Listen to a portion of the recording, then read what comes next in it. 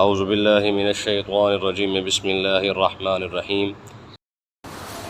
یعنی یہ جو بزرگوں کی باتیں مشہور ہے کہ بزرگوں کی جو کرامات آج لوگ سناتے ہیں، یہ کرامات کا کہیں کوئی قرآن اور حدیث سے ثبوت نہیں ہے۔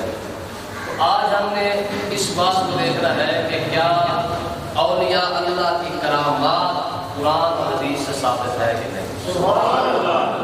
الحمدللہ اہل سنت کا یہ عقیدہ ہے کہ ہماری ہر بات قرآن اور حدیث سے ثابت ہے۔ سبحان اللہ۔ تو کرامت کا ثبوت سب سے پہلے قرآن پاک میں موجود ہے۔ سبحان اللہ۔ جس طرح نبی کا معجزہ ہوتا ہے، اسی طریقے سے اللہ کے ولی کی کرامت ہوتی ہے۔ سبحان اللہ۔ تو جس طرح قرآن پاک سے معجزہ ثابت ہے، اسی طریقے سے قرآن پاک سے کرامت بھی ثابت ہے۔ سبحان اللہ۔ تو سب سے پہلے ہم نے قرآن پاک کو دیکھنا ہے کہ کیا اولیاء اللہ جو کرامات دکھاتے ہیں یا ان سے کرامات کا جو خروج ہوتا ہے کیا وہ ہے بھی صحیح یا نہیں۔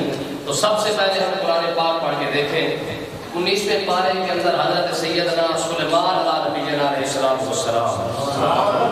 آپ کے ساتھ ملکہ بلقیس ملاقات کے لیے آ رہی ہے، اور حضرت سیدنا سلیمان علیہ السلام ارشاد فرما رہے ہیں، فرماتے ہیں قال یا ایھا الملأ ایکم یاتینی بعرشھا قبل ان یاتونی مسلمین۔ آپ فرماتے ہیں اپنے لشکر کو، اپنے سارے جو حکمران کے جاب کے ساتھ بیٹھے ہوتے ہیں، ان سب کو حکم فرماتے ہیں قال یا ایھا الملأ ایکم یاتینی بعرشھا، فرمایا کہ اے میرے سرداروں جو تم میرے پاس بیٹھے ہو، اب میں ان کے پاس بیٹھنے والے صرف انسان تو نہیں تھے بلکہ جنات کے ساتھ ہوتے تھے، کیونکہ آپ کی حکومت جو ہے وہ ہر شے پر کوئی محیط تھی۔ تو آپ نے بھرے مجمع کے اندر فرمایا کہ تم میں کوئی ایسا بھی ہے یا ہمارا ایکم یاتینی بعرشھا، مجھے ملکہ بلقیس ملنے کے لیے آ رہی ہے، کیا تم میں سے کوئی ایسا ہے جو اس کا تخت اٹھائے اور اس کے آنے سے پہلے پہلے میرے پاس پہنچا۔ نبی کھڑا ہو کے اپنے دربار میں خطاب فرما رہا ہے کہ تم میں کوئی ایسا ہے جس کے پاس یہ طاقت، یہ پاور ہو کہ ملکہ بلقیس ابھی آئی نہیں ہے، ابھی آئی نہیں ہے، لیکن میں چاہتا ہوں کہ اس کے آنے سے پہلے پہلے اس کا تخت اگر میرے پاس آ جائے، کیا تم میں سے کوئی ایسا ہے جو اتنی طاقت رکھتا ہو کہ اس کا تخت لا سکے۔ تو قرآن آپ اٹھا کے دیکھیں، قرآن پاک فرماتا ہے قال عفریت من الجن، سبحان اللہ، ایک جن کھڑا ہوا، اس نے عرض کی، اس نے کہا حضرت اگر آپ اجازت عطا فرمائے، انا آتی کا بھی قبل ان تقوم من مقامک، مجھے رب نے یہ طاقت اور پاور عطا فرمائی ہے کہ اگر آپ اجازت عطا فرمائے تو اس کے آنے سے پہلے پہلے میں تخت آپ کی خدمت میں حاضر کر دوں۔ ٹھیک ہے، وَإِنِّي عَلَيْهِ لَقَوِيٌّ أَمِينٌ، طاقت بھی ہے میرے اندر اور میں امانت دار بھی ہوں، بےایمانی بھی نہیں ہوگی، تخت کے اندر کسی چیز کی جو ہے وہ کمی بیشی بھی نہیں ہوگی، صرف اجازت عطا فرما دے تخت آپ کی خدمت میں حاضر کرنا جن کا کام ہے۔ اب یہاں سوال پیدا ہوتا ہے سلیمان علیہ السلام نے جن کو اجازت عطا کیوں نہیں فرمائی؟ ٹھیک ہے ٹھیک ہے، کہ جن جو اجازت مانگ رہا ہے اس کو اجازت کیوں نہیں ملی ہے، اور آگے کیا ہوتا ہے فَقَالَ الَّذِي عِندَهُ عِلْمٌ مِّنَ الْكِتَابِ، سبحان اللہ، ایک شخص کھڑا ہوا، اس نے عرض کی، اس نے کہا حضور اگر مجھے اجازت مل جائے، سبحان اللہ، ٹھیک ہے، میرے پاس علم من الکتاب، مجھے اللہ نے کتاب کا علم عطا فرمایا ہے، جو کتاب اللہ نے موسیٰ علیہ السلام پر نازل فرمائی تھی وہ کتاب چلتی آ رہی ہے، تورات کا علم اللہ نے مجھے عطا فرما دیا ہے، صحیفوں کا علم بھی اللہ نے مجھے عطا فرمایا ہے، آپ اجازت عطا فرما دیں تو میں عرض کروں، سبحان اللہ، جن کہہ رہا ہے کہ اس کے آنے سے پہلے تخت لے آتا ہوں، سبحان اللہ، اور میں کب لا سکتا ہوں، کہ میں قبل ان یرتد الیک طرفک، سبحان اللہ، آپ آنکھ جھپکا دے، جھپک کر پلک بعد میں اوپر جائے گی، تخت پہلے ہاتھ میں دوں، سبحان اللہ، کیا سمجھ نہیں بات، آنکھ جھپکنے میں کتنی دیر لگتی ہے؟ نبی نہیں ہے، یہ نبی کے ایک امتی ہے،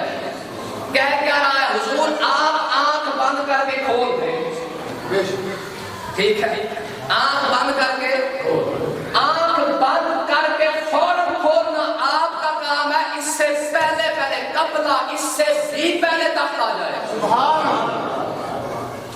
یہ نہیں کہ آپ آنکھ بند رکھیں 5 منٹ بند کریں پھر اس کے بعد کھولیے گا پھر تخت دیکھیے گا.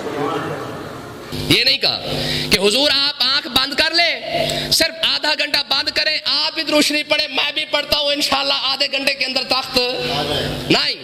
عرض کی حضور آپ قبل ان یرتد الیک طرفک، آپ پلک کو پلک کے ساتھ ملا دیں پھر کھول دیں، انشاءاللہ اس سے پہلے تخت حاضر ہو جائے گا. یار خود سوچ سکتے ہیں کہ سلیمان علیہ السلام کے امتی کے سلیمان علیہ السلام کی امت کے اندر ایک ولی کی یہ طاقت ہے، اس کی یہ پاور ہے کہ ابھی پلک جھپکنے سے پہلے وہ تخت وہاں سے اٹھا کے سلیمان کے سامنے رکھ سکتا ہے. سلیمان علیہ السلام کا امتی یہ پاور رکھتا ہے تو مصطفیٰ کریم کا امتی کتنی پاور رکھتا ہو. بات سمجھ آئی کہ نہیں آئی؟ اب سوال ہے، جن نے کہا ہے جی اس کے آنے سے پہلے، اگر سلیمان علیہ السلام اس کو اجازت دیتے ٹھیک ہے لے آ تو وہ لے بھی آتا اور اس کے آنے سے پہلے لے آتا. تو لیکن اگر وہ لے آتا تو لوگ کہتے کہ جناب جنات کے پاس طاقت ہوتی ہے، لوگ اس کو اتنی بڑی بات نہ مانتے، وہ کہتے جنات کے پاس یہ طاقت ہوتی ہے، وہ ایسے کام کرتے رہتے ہیں، اس میں کون سی بڑی بات ہے. اگر جن تخت لے بھی آیا تھا تو جنوں کے پاس تو یہ طاقت بھی ہے، یہ پاور ہے، وہ لا سکتے ہیں، تو اتنی کوئی بڑی بات نہیں تھی. لیکن سلیمان علیہ السلام جانتے تھے کہ کل کو لوگ کہیں گے کہ جن لایا تھا، ایسی کون سی بڑی بات ہے. تو سلیمان علیہ السلام نے ایک بات تو یہ واضح فرما دی کہ جن جتنا مرضی طاقتور ہو، ہاں جن سے زیادہ طاقتور وہ اللہ کا ولی ہے جس کو رب اپنی کتاب کا علم عطا فرما دیتا. جن ضرور طاقتور ہے لیکن جن سے زیادہ طاقتور اللہ کا ولی ہے، جن سے زیادہ طاقتور اللہ کا. امام محمد باقر رحمۃ اللہ علیہ مسجد میں بیٹھے ہوئے ہیں اور کسی کے ساتھ باتیں کر رہے ہیں، ٹھیک ہے.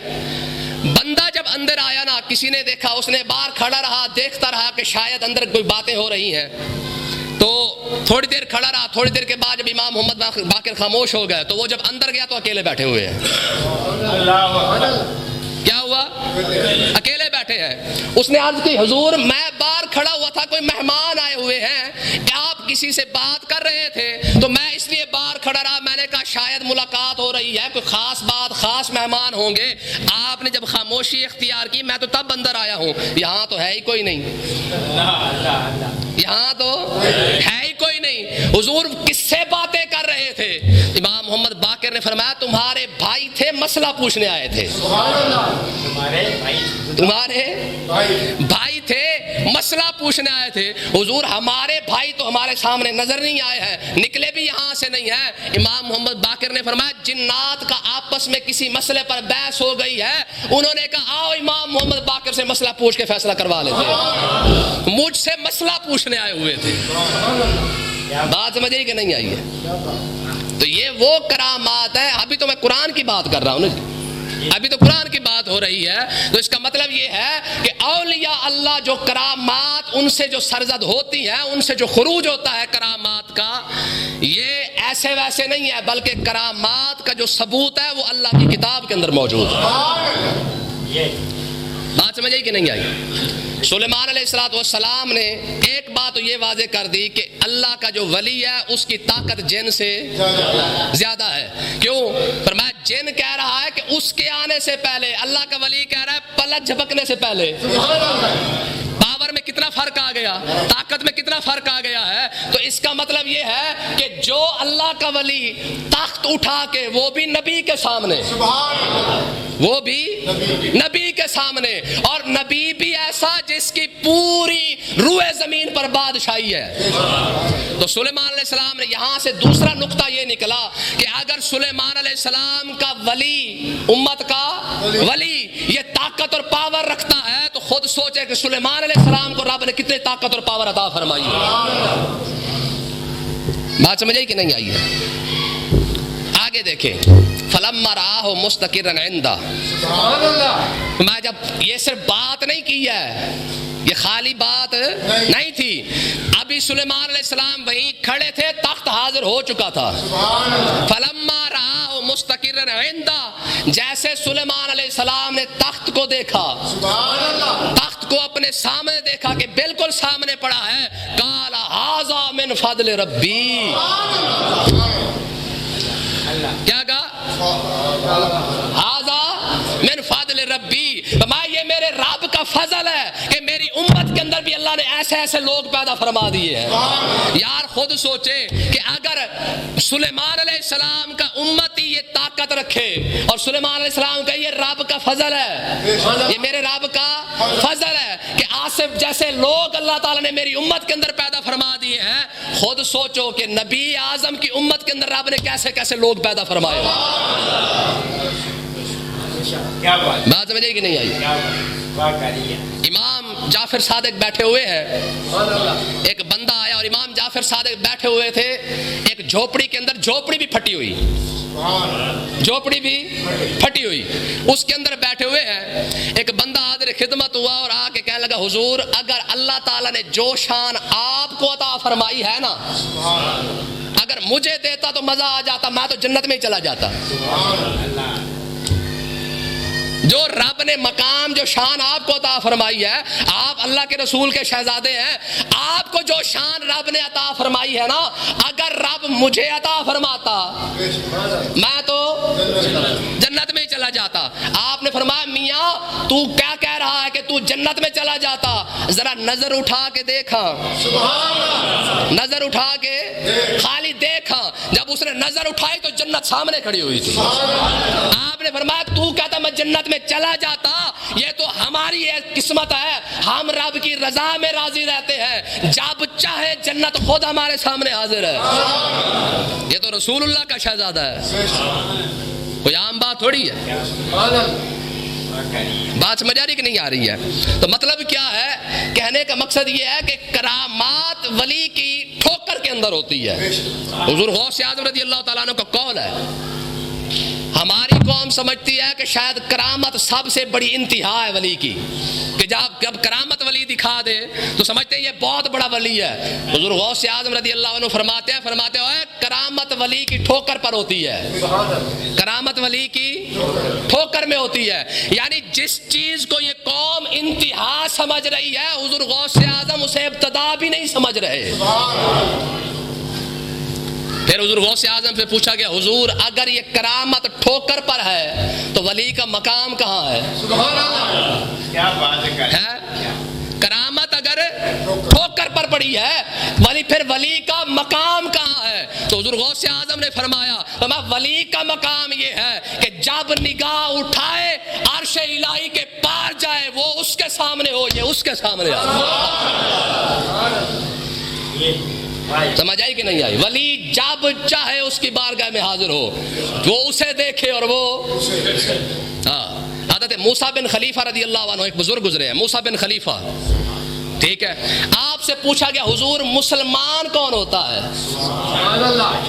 مسلمان کون ہوتا ہے؟ یہ موسیٰ بن خلیفہ رضی اللہ عنہ سے پوچھا گیا. مسلمان ہوتے دو، ایک مسلمان وہ ہے جو لا الہ الا اللہ محمد رسول اللہ پڑھ لے، وہ بھی مسلمان. یہ چھوٹا مسلمان ہے. یہ کیا ہے؟ یہ چھوٹا مسلمان ہے. آج کی یار حضور پھر بڑا مسلمان کون ہے؟ بڑا مسلمان وہی ہے جب نگاہ اٹھائے رسول اللہ کے سامنے شکل مبارک دیکھ لے، جب چاہے رسول اللہ کی زیارت کر دے. اصل مسلمان اور بڑا مسلمان وہی ہے. سمجھ آئی کہ نہیں آئی؟ مسلمان دو طریقے کے، ایک وہ جس نے کلمہ پڑھا، نماز پڑھی، روزہ کرا، حج زکات، جس نے یہ سب کچھ کیا وہ بھی مسلمان ہے، انکار نہیں. فرمایا ہماری نظر میں مسلمان کون ہے؟ فرمایا جب نگاہ اٹھائے رسول اللہ کی زیارت کر لے. کسی نے کہا پھر حضور یہ تعریف آپ پر بھی صادق آتی ہے؟ جو تعریف آپ نے کی ہے اس تعریف پر آپ خود پورے اترتے ہیں، آپ اس تعریف پر پورے آتے ہیں۔ تو حضرت موسیٰ بن خلیفہ نے کہا مومن کی شان ہی وہی ہے، لما تقولون ما لا تفعلون، مومن کی شان ہی وہی ہے جس پر عمل کرتا ہے وہی بات کرتا ہے۔ مومن کی شان ہی یہی ہے کہ مومن جو کام کرتا ہے اس پر عمل بھی کرتا ہے۔ تم نے پوچھا ہے مجھ پر یہ تعریف صادق آتی ہے کہ نہیں آتی ہے؟ آج سن لو، 40 سال ہو گیا ہے، جب بھی دل کرتا ہے رسول اللہ کی زیارت ہو جاتی ہے۔ جب دل کرتا ہے رسول اللہ کی زیارت ہو جاتی ہے۔ فرمایا 40 سال ہو گئے یہ حال ہے کہ جب بھی دل کرتا ہے آقا کی زیارت کرنے کا دل کرے فوراً جیسے دل کیا رسول اللہ سامنے تشریف لے آتے ہیں۔ کس لیول کے بزرگ ہیں جی؟ آگے دیکھیں، فرماتے ہیں ہمارے بزرگ فرماتے ہیں کہ ایک اللہ کے بندے بیٹھ کے نماز پڑھ رہے ہیں، نماز پڑھتے ہوئے کہا السلام علیکم ایھا النبی و رحمۃ اللہ وبرکاتہ۔ ایک مرتبہ پڑھا، دوسری مرتبہ پڑھا، تیسری مرتبہ، پتہ نہیں کتنی مرتبہ پڑھا۔ سامنے خشک سا بندہ بیٹھا تھا، اس نے جب آپ نے سلام پھیرا اس نے کہا حضور آپ کی نماز نہیں ہوئی، آپ کی نماز نہیں ہوئی۔ فرمایا میاں خیر ہے، کیا ہو گیا ہے؟ کہا جی نماز کے اندر تو ایک مرتبہ السلام علیکم پڑھا جاتا ہے اور آپ نے 100 مرتبہ پڑھ دیا ہے، تو آپ اندازہ کریں کہ فقہ کا مسئلہ ہے کہ ایک مرتبہ پڑھنا چاہیے اور آپ پڑھتے ہی جا رہے السلام علیکم ایھا النبی، السلام علیکم ایھا النبی۔ فرمایا پتر تو بھی سچا ہے، تو بھی سچا ہے، پر ہم سے پوچھ کے دیکھ۔ کہا حضور پھر آپ بتائیں یہ 100 مرتبہ السلام علیکم ایھا النبی کا مطلب کیا ہے؟ آپ نے فرمایا بات یہ ہے پہلے جب میں ایک مرتبہ پڑھتا نا السلام علیکم ایھا النبی، اوپر سے جواب بھی آ جاتا تھا وعلیکم السلام یا امتی، سبحان اللہ، جواب بھی آ جاتا تھا۔ آج پتہ نہیں کیا بات ہوئی کہ مالک کسی اور طرف متوجہ تھے اور میری غیرت ایمانی گوارا نہیں کر رہی تھی کہ السلام علیکم ایھا النبی پڑھ کے آگے نکل جاؤں۔ میرے عشق نے کہا، میری محبت نے کہا، اس نے کہا جب تک جواب نہیں آئے گا ہم نے بھی اس سے آگے نہیں پڑھنا ہے، جب تک جواب نہیں آئے گا اس سے آگے نہیں پڑھیں گے۔ میں بھی پڑھتا رہا، یہ تو گن رہا تھا پتہ نہیں کتنی مرتبہ پڑھا ہے، کیونکہ تعداد کا تعلق برام کے ساتھ، عاشق کا تعلق تو تعداد کے ساتھ نہیں نا۔ عاشق کو تو بہانہ ہی چاہیے نا، کوئی بہانہ بن جائے۔ فرمایا میاں یہ تو ہی گن رہا تھا کہ اللہ جانے پتہ نہیں کتنی مرتبہ پڑھا ہے، مجھے تو صرف اتنا ہی پتا ہے کہ جب تک جواب نہیں آئے گا سلام نہیں پھیروں گا۔ فرمایا جب آقا علیہ السلام متوجہ ہوئے حضور نے مسکرا کے سلام کا جواب دیا ہے تب جا کے سلام پھیرا ہے۔ سمجھ آئی نا؟ عاشق کو تو بہانا چاہیے۔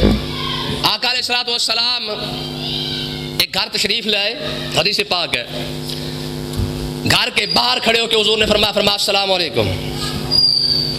اندر صحابی بیٹھے ہیں، سن لیا ہے، سارے گھر والوں کو کہا خبردار کسی نے جواب نہیں دینا،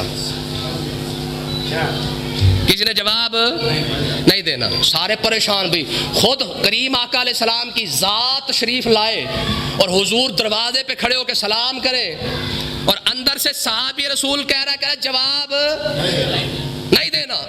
حضور نے پھر کہا السلام علیکم رحمت اللہ۔ بچوں نے اشارہ کیا بابا، حضور نے دوسری مرتبہ سلام کیا، فرمایا چپ، جواب۔ حضور نے تیسری مرتبہ فرمایا السلام علیکم ورحمۃ اللہ۔ اتنی بات کی تو سب نے کہا جی وعلیکم السلام ورحمۃ اللہ۔ اچھا حضور کو ابھی جب تیسری مرتبہ جواب جب وہ دینے لگے نا، تھوڑی سی دیر کی تو حضور تشریف لے کے جا رہے تھے، تو وہ پیچھے سے دوڑ کے آئے، عرض کی یا رسول اللہ کہاں تشریف لے کے جا رہے ہیں؟ حضور نے فرمایا میاں میں نے تو 3 مرتبہ سلام کیا ہے، تمہاری طرف سے جواب نہیں آیا تو اس لیے واپس جا رہا ہوں۔ عرض کی یا رسول اللہ اگر پہلی مرتبہ جواب دے دیتا تو پھر بار بار سلام کہاں سے آتا؟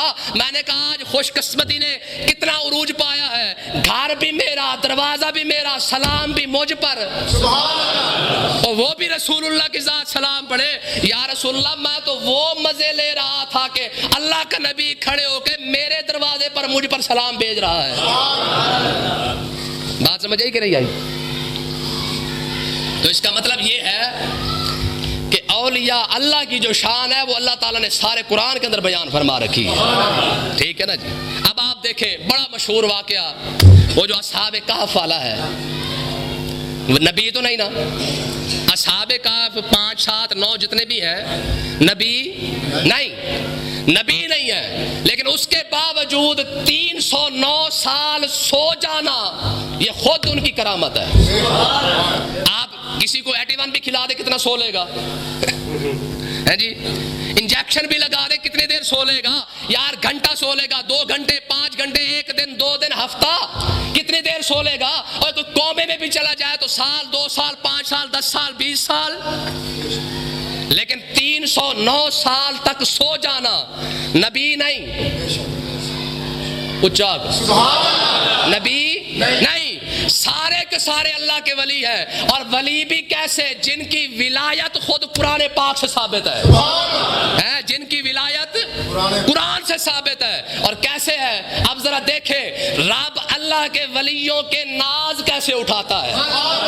اصحاب کہف سوئے ہوئے ہیں اور سوئے بھی کھلے میدان میں، جہاں سے سورج بھی آ جاتا ہے، ہوا بھی آ جاتی ہے. قرآن مجید کہتا ہے، فرمایا کہ جس غار کے اندر سو رہے ہیں اس غار کا حال یہ ہے، ہوا بھی آتی جاتی رہتی ہے، سورج بھی اوپر آتا رہتا ہے، گرمی سردی سارا موسم وہاں پہ چلتا ہے. لیکن جب اصحاب کہف آئے نا اس غار کے اندر، قرآن کیا کہتا ہے؟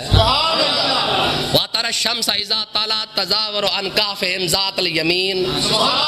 تو میں تو سورج کو ذرا دیکھے نا، سورج کی چال یہ ہے جیسے چلتا ہے اسی لائن پہ سیدھا آتا ہے، کھبے سجے دائیں بائیں نہیں. فرمایا یہ سورج کی یہ حالت ہے. رب نے سورج جیسے طلوع ہوتا ہے ویسے غروب ہوتا ہے، نہ دائیں جاتا ہے نہ بائیں جاتا ہے. فرمایا یہ سورج کو جہاں سے چلاتا ہے وہی غروب کرتا ہے. لیکن جب سورج آتا ہے نا اصحاب کہف پر اور اس غار کے اوپر آتا ہے، قرآن مجید کہتا ہے وَتَرَى الشَّمْسَ إِذَا طَلَعَت تَزَاوَرُ عَنْ كَهْفِهِمْ ذَاتَ الْيَمِينِ. فرمایا کہ سورج جب آتا نا اصحاب کہف کے سر کے اوپر تو سورج کو حکم دیا جاتا ہے. فرمایا وَتَرَى الشَّمْسَ، اے محبوب ذرا آپ بھی دیکھیں، ذرا آپ بھی دیکھیں، اذا طلعت، جب سورج طلوع ہوتا ہے، تزاور عن کہفہم ذات الیمین، جب سورج آنے لگتا ہے ان کے سر پہ، رب سورج کو حکم دیتا ہے تھوڑا سا سجے ہو کے نکل، تھوڑا سا دائیں سے نکل، اوپر سے نہیں آنا. مالک جب سے تو نے پیدا کیا ہے تب سے لے کر آج تک ایک ہی اصول ہے، بالکل سیدھی لکیر ہے، بالکل سیدھی لکیر ہے. آج تک یہ آرڈر نہیں تھا کہ دائیں جانا ہے یا بائیں جانا ہے. آج غار پہ آ کے کیوں، آج غار پہ آ کے کیوں یہ سورج کو حکم کیوں دیا جا رہا ہے کہ دائیں طرف سے ہو جا. اچھا مزیداری کی بات ہے، میں وَإِذَا غَرَبَتْ تَقْرِضُهُمْ ذَاتَ الشِّمَالِ. تو جب غروب ہونے لگتا ہے تو اسے کہا جاتا ہے، سورج کو کہا جاتا ہے تھوڑا سا بائیں ہو کے نکل. کیا بات ہے، سورج طلوع ہوتا ہے تو حکم ہوتا ہے دائیں طرف سے جا، یعنی غروب ہونا ہے تو تھوڑا سا دائیں ہو کے جانا ہے، اور غروب ہونا ہے تو پھر بائیں ہو کے جانا ہے. مالک وجہ کیا ہے؟ میں تجھے پتا کوئی نہیں ہے. ذالک من آیات اللہ، اللہ کے ولی سوئے ہوئے ہیں. یار مسئلے کو سمجھو، اوے اللہ کا ولی سو جائے رب ولی کے ناز ایسے اٹھاتا ہے. رب اللہ کے ولیوں کی نیند پر ایسے ناز اٹھائے. سورج کو حکم ہے دائیں بائیں ہو کے جانا ہے، سیدھا کیوں؟ کیونکہ تیری دھوپ آئے گی تو جلا دیتا ہے، تیرے اندر گرمائش ہے جی، ہے نا. قرآن مجید کی آیت ہے نا، وَبَنَيْنَا فَوْقَكُمْ سَبْعًا شِدَادًا وَجَعَلْنَا سِرَاجًا وَهَاجًا.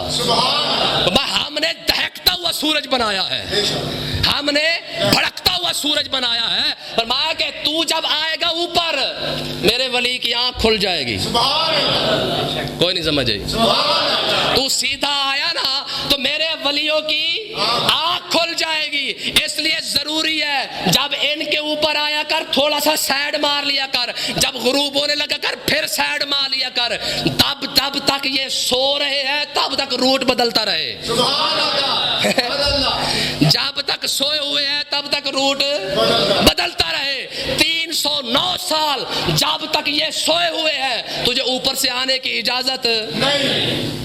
اچھا مزیداری کی بات، کیسی بات ہے یار، اللہ کا ولی سو رہا ہے، یعنی سو رہے ہیں جن کے نیند کے ناز بھی رب اٹھا رہا ہے، اور جن کی نیند کی خاطر رب نظام شمسی کو بدل دیتا ہے۔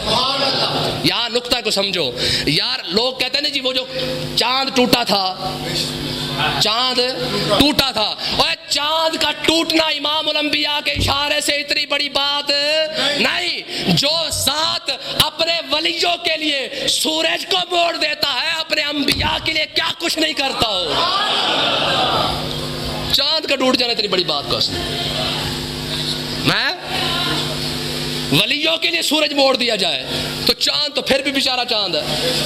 اچھا بات سمجھئے، یہ اللہ کے، میری طرف توجہ رکھو، یہ اللہ کے، اور یہ کرامات خود قرآن سے ثابت ہے۔ یہ کیا کرامات خود قرآن سے ثابت ہے؟ ذرا آگے پڑھ کے دیکھو، فرمایا کہ وَإِذَا غَرَبَتْ تَقْرِضُهُمْ ذَاتَ الشِّمَالِ وَهُمْ فِي فَجْوَةٍ مِّنْ ذَلِكَ مِنْ آیَاتِ اللَّهِ۔ یہ جو اللہ کے ولی ہے یہ کون ہے؟ رب خود کہہ رہا ہے ذَلِكَ مِنْ آیَاتِ اللَّهِ، یہ اللہ کی نشانیاں ہیں۔ اللہ کے ولی اللہ کی نشانیاں ہیں۔ یار کمال ہے، اصحاب کہف اللہ کے ولی ہوں، رب فرمائے یہ اللہ کی نشانیاں۔ مصطفیٰ کریم کی امت کا ولی، اس کا مطلب یہ ہے کہ داتا صاحب اللہ کی نشانی ہے، بابا فرید اللہ کی، اچا کو بابا فرید اللہ کی، خواجہ نظام الدین اللہ کی، امیر خسرو اللہ کی، امام بخاری، امام مسلم، امام اعظم، امام مالک، امام شافعی، اس کائنات کے اندر امت مسلمہ کے جتنے اولیاء ہیں سارے کے سارے اللہ کی نشانیاں ہیں۔ رب خود کہہ رہا ذالک من آیات اللہ۔ اچھا اس سے آگے دیکھیں، اچا کو، یہ تو نیند ہے نا، یہ کیا ہے؟ نیند ہے۔ ذالک من آیات اللہ من یہد اللہ فہو المہتد ومن یضلل فلن تجد لہ ولیا مرشدا۔ فرمایا جو ان کو مان لے وہ ہدایت یافتہ، جو ان کو نہ مانے اس کا کوئی ولی۔ اس کا مطلب کیا ہے؟ داتا صاحب کو ماننے والا ہدایت پر ہے، بابا فرید کو ماننے والا ہدایت پر ہے، خواجہ نظام کو ماننے والا ہدایت پر ہے۔ اس دنیا کے اندر جو مسلمان ہدایت یافتہ دیکھنا چاہے اس کی ایک ہی نشانی ہے، جو اللہ کے ولیوں کا احترام کرنے والا ہے، قرآن کہہ رہا ہے کہ ہدایت یافتہ ہے۔ جو اللہ کے ولیوں کا انکار کر جائے، قرآن کہہ رہا ہے وَمَن يُضْلِلْ فَلَن تَجِدَ لَهُ وَلِيًّا مُرْشِدًا۔ جو اللہ کے ولی کو نہ مانے وہ ہدایت سارا۔ یہ کیا ہے؟ یہ کیا ہے؟ اب ظاہر اللہ کے ولی اصحاب کہف کی بات ہو رہی ہے تو ظاہر اصحاب کہف کے ساتھ کوئی اور بھی تو تھا نا، اصحاب کہف کے ساتھ کوئی اور بھی تو تھا نا، تو رب نے ان کا اس کا ذکر بھی قرآن کے اندر فرمایا۔ یار خود سوچے، ہو پلید، جسم کے لحاظ سے پلید ہے، ہر لحاظ سے پلید ہے، اس میں کوئی شک نہیں ہے۔ اور رب نے فرمایا ہے تو پلید، قلبہم باسط ذراعہ بالوسید، فرمایا وہ جو کتا ان کے ساتھ آیا تھا۔ مالک ولی کے چلو شان بیان کرنا سمجھ آتا ہے، وہ بھی قرآن کے اندر، وہ بھی قرآن کے اندر سمجھ آتا ہے۔ تیرے ولی ہیں، تیری خاطر نکلے تھے، تیری عبادت کے لیے نکلے تھے، تیری وحدانیت کے لیے نکلے ہیں، سمجھ آتا ہے۔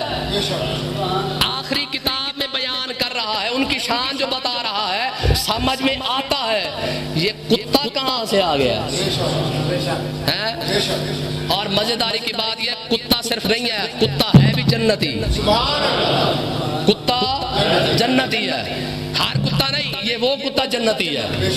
قلبہم باسط ذراعہ بالوسید، میں وہ جو ان کا کتا تھا، ان کا مطلب کیا ہے؟ رب نے فرمایا ہر کتا اس قابل نہیں کہ اس کا ذکر قرآن میں کیا جائے۔ قلبہم ان کا کتا، اچھا ان کا، ہر کتا اس قابل نہیں۔ کچھ کتے ایسے ہوتے ہیں چاہے دو ٹانگوں پر ہو چاہے چار ٹانگوں پر ہو. اگر ہو کتا بھونک پڑے تو رب فرماتا ہے جہنمی. من یکن یطعن فی معاویہ فذاک قلب من کلاب الحاویہ.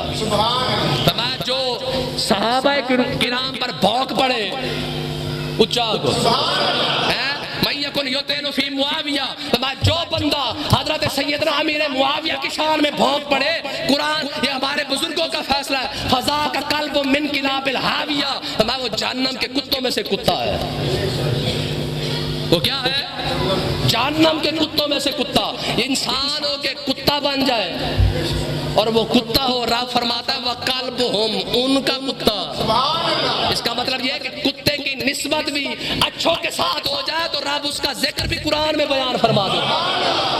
کتے جیسی خسیس کمینش ہے، کتے جیسی جس کی اوقات ہی کوئی نہیں ہے، جس کو ہر بندہ ڈنڈا مار دیتا ہے، لیکن اگر وہ کتا اولیاء کے ساتھ مل جائے، ان کی خدمت میں آ جائے، ان کے سائے کے اندر آ جائے، رب ان کا ذکر بھی فرماتا ہے. فرماتا قلب ہم ان کا کتا باستن ذراعہ بالوسید. میں وہ جو ان کا کتا جو بازو پھیلا کے بیٹھا ہوا ہے،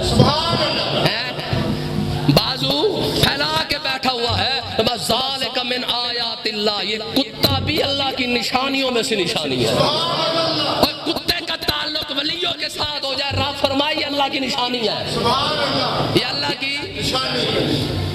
لو اطلعت علیہم لولیت منہ فرارا ولملئت منہم رعبا. فرمایا وہ اللہ کا ولی کوئی ایسا ولی نہیں ہے، فرمایا کہ دل کرے جو بندہ دیکھنا چاہے تو رعب کی وجہ سے دیکھ بھی نہ سکے. بات سمجھ آ رہی کہ نہیں آ رہی ہے؟ تو اس کا مطلب کیا ہے کہ یہ رب نے اللہ کے ولیوں کو یہ شان عطا فرمائی ہے.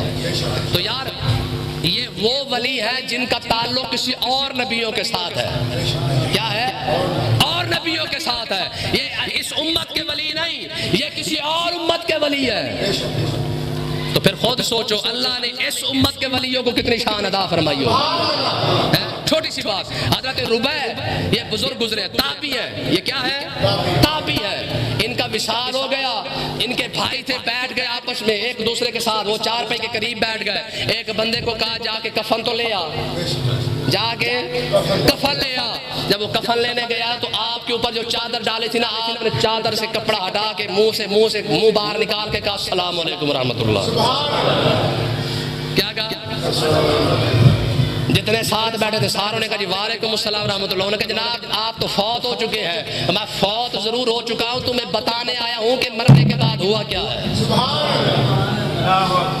اچھا ٹائم کتنا ہوا؟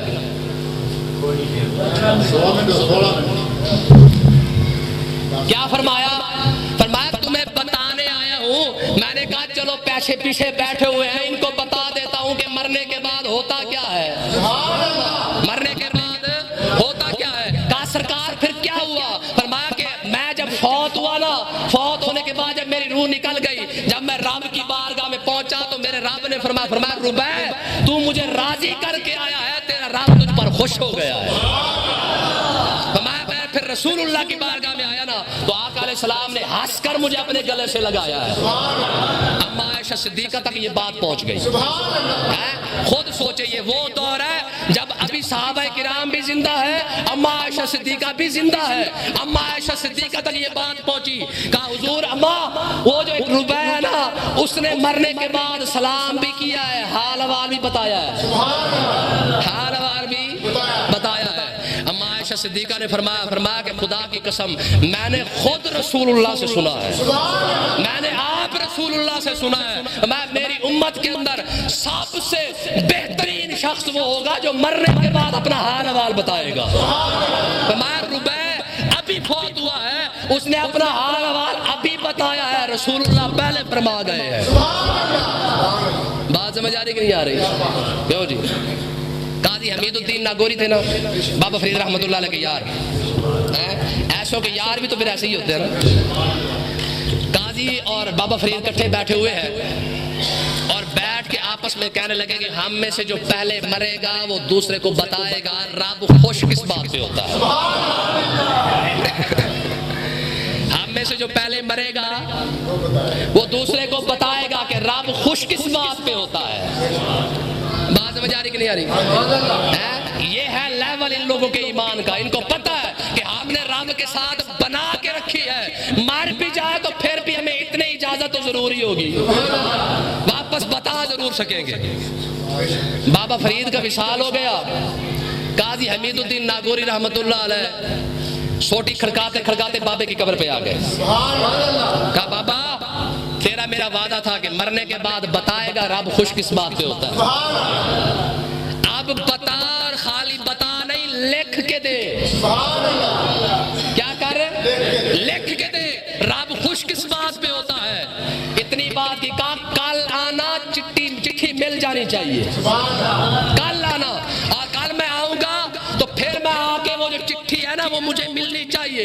اگلے دن جو قاضی صاحب آئے نا بابا فرید کی قبر پہ, بابا فرید کی قبر کے اوپر چٹھی پڑی ہوئی ہے, لکھا ہوا پڑا ہوا ہے.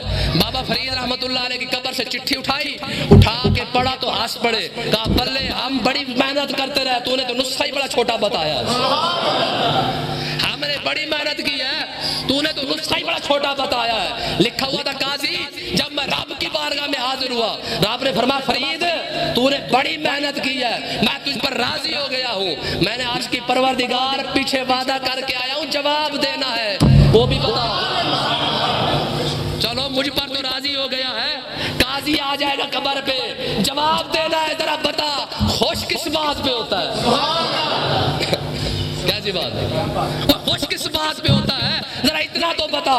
رب نے فرمایا قاضی کو دے بجا بتا دے کہ جو بندہ میری مخلوق پر احسان کرے, خوش کر دے, میں اس بندے پر راضی ہو جاتا ہوں. کیوں جی؟ جو بندہ میری مخلوق کو راضی کر دے میں اس پر راضی ہو جاتا ہوں. فرمایا یہ وہ نسخہ ہے جو اللہ تعالیٰ نے خود بابا فرید کو عطا فرمایا, اور بابا فرید نے لکھ کر قاضی حمید کو عطا فرمایا. اللہ تعالیٰ سمجھنے کی توفیق عطا فرمائے. اب یہ موضوع چل رہا ہے, انشاءاللہ اگلے جمعے پھر اس کو آگے چلائیں گے.